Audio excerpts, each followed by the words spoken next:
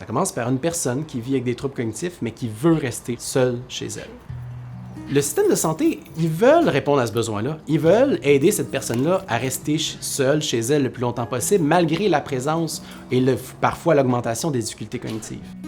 C'est là qu'on rentre en jeu, où est-ce qu'on va dire, nous, on peut aider l'intervenant à mieux connaître c'est quoi la routine, savoir c'est quoi les besoins, puis comment bien y répondre au quotidien.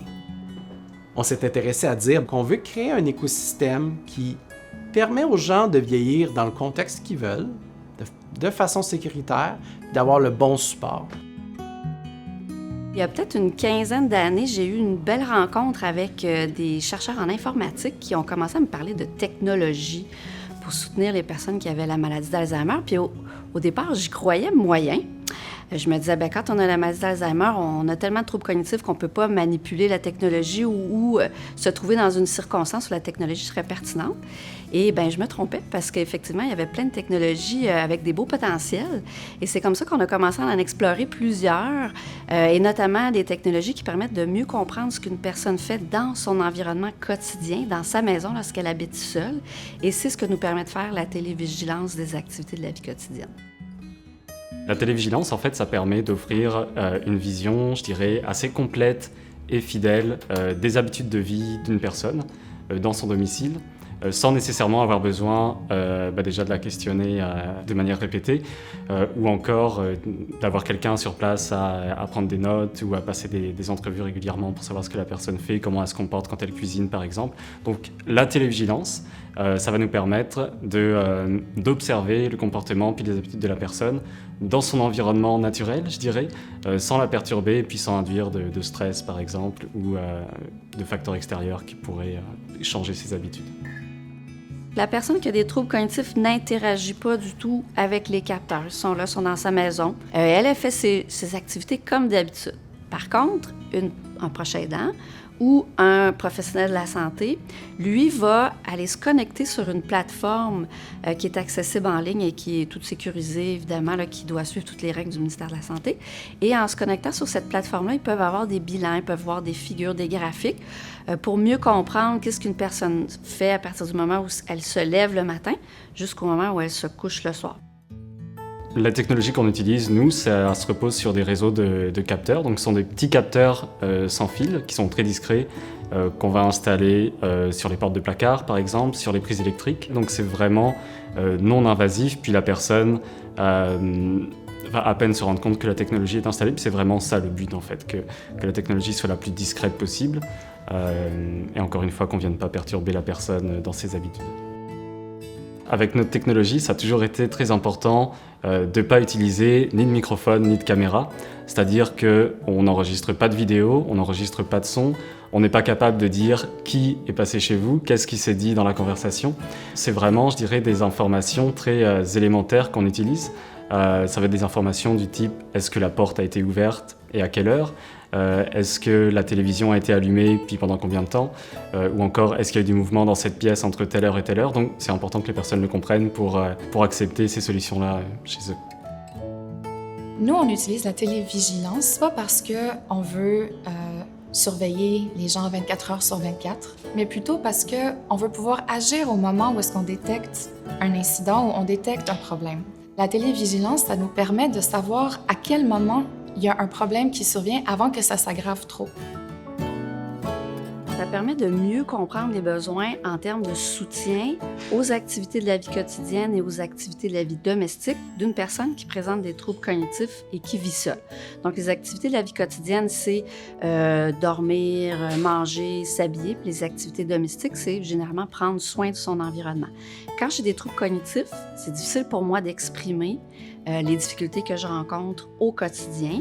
Donc, est-ce que j'ai besoin d'aide pour ces activités-là? Donc, la télévigilance permet de mieux comprendre de manière globale qu'est-ce que la personne peut faire, qu'est-ce qui est plus difficile et donc comment on peut l'aider, toujours dans une optique de souhaiter qu'elle reste à la maison le plus longtemps possible. Un cas en particulier qui me vient en tête, c'est le cas d'une femme diabétique qui recevait beaucoup de services au niveau de la gestion de son alimentation. Et on s'est rendu compte qu'au moment du rappel téléphonique pour prendre la collation, alors que la dame disait « Oui, je m'en vais prendre mon fromage » ou « Je m'en vais prendre ma pomme », elle posait pas l'acte après avoir raccroché le téléphone. Donc, l'intervenante, elle a pu remarquer que la collation n'était pas prise au moment de faire le rappel téléphonique pour prendre la collation. Et à ce moment-là, l'intervenante, elle a pu ajuster son intervention et puis rester au téléphone jusqu'au moment où la dame, elle allait physiquement prendre sa collation. C'est de ne pas donner des services à une personne qui n'en aurait pas besoin. Les études démontrent qu'il y a des effets négatifs si, par exemple, je donne un service où je me mets à cuisiner à la place d'une personne qui serait peut-être capable de le faire. Je suis en train de la désorganiser, de l'empêcher de garder active une capacité qu'elle serait autrement capable de faire. Et ça a des effets négatifs à long terme sur la préservation de l'autonomie. Donc, on ne veut pas donner un service que la personne n'a pas besoin. Mais en même temps, pas donner un service que la personne a besoin, ça a aussi des impacts négatifs. Il y a des coûts pour la personne et pour la société à donner trop de services ou à donner pas assez de services. Et nous, on essaie vraiment de ramener ça le plus possible, de donner des informations, de donner juste la bonne quantité de services au bon moment. C'est vraiment un outil de télésanté qui peut aider à mieux utiliser les ressources financières et humaines de notre réseau de la santé qui sont actuellement étirées au maximum. La commissaire à la santé et au bien-être a sorti dans ses derniers rapports sur le soutien à domicile des chiffres alarmants. On sait que 10 % des usagers des services à domicile utilisent plus de 70 % des ressources. On ne pourra pas avoir plus de ressources, on ne peut pas engager plus de professionnels de la santé. La population vieillit, les besoins vont être de plus en plus grands. Et moi, je pense que c'est vraiment une technologie qui peut contribuer à améliorer l'accessibilité aux services. Cette technologie-là, on l'a faite en co-construction avec les cliniciens. On est allé voir c'était quoi les besoins des intervenants. Quel genre d'intervenants? On parle de, par exemple, des travailleurs sociaux, des ergothérapeutes, des infirmiers, infirmières. Et on est allé leur demander, vous qui êtes les spécialistes du soutien à domicile des personnes âgées, qu'est-ce que vous avez besoin? Comment on peut vous supporter? En fait, ça a été ça le point de départ de cette technologie-là. Ils nous ont dit, on aimerait ça des fois être un petit oiseau sur le côté de la fenêtre pour voir comment ça se passe quand on n'est pas là. Donc, on est vraiment parti dans cette philosophie-là, tout en préservant la vie privée de la personne le mieux possible, comment on peut lui amener les bonnes informations. Donc, quand on les rencontre, ces intervenants-là, après 3 cycles de développement de technologie, où est-ce qu'on a constamment amélioré la technologie, redéployé, on est parti d'un prototype.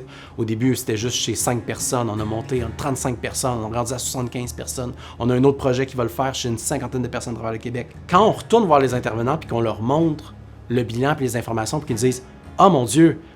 C'est vraiment intéressant, c'est ça que j'aurais voulu. J'ai des cas en tête de personnes que je vois qui ça pourrait tellement aider. » C'est vraiment ça qui est motivant. C'est vraiment ça qui nous montre comme « OK, on est sur la bonne voie. » J'ai la chance d'avoir 2 grands-parents qui sont en santé puis qui vivent encore de manière autonome. Mais évidemment, plus le temps passe, plus je réalise que ce ne sera pas toujours le cas. Puis moi, le souhait que j'ai, c'est de continuer à leur offrir la possibilité de rester chez eux dans leurs habitudes le plus longtemps possible. Et plus je travaille avec les technologies de télévigilance qu'on développe, plus je me dis que c'est vraiment une solution qui va permettre de réaliser ce souhait pour moi, puis pour toutes les familles qui partagent ce souhait-là au Québec et ailleurs.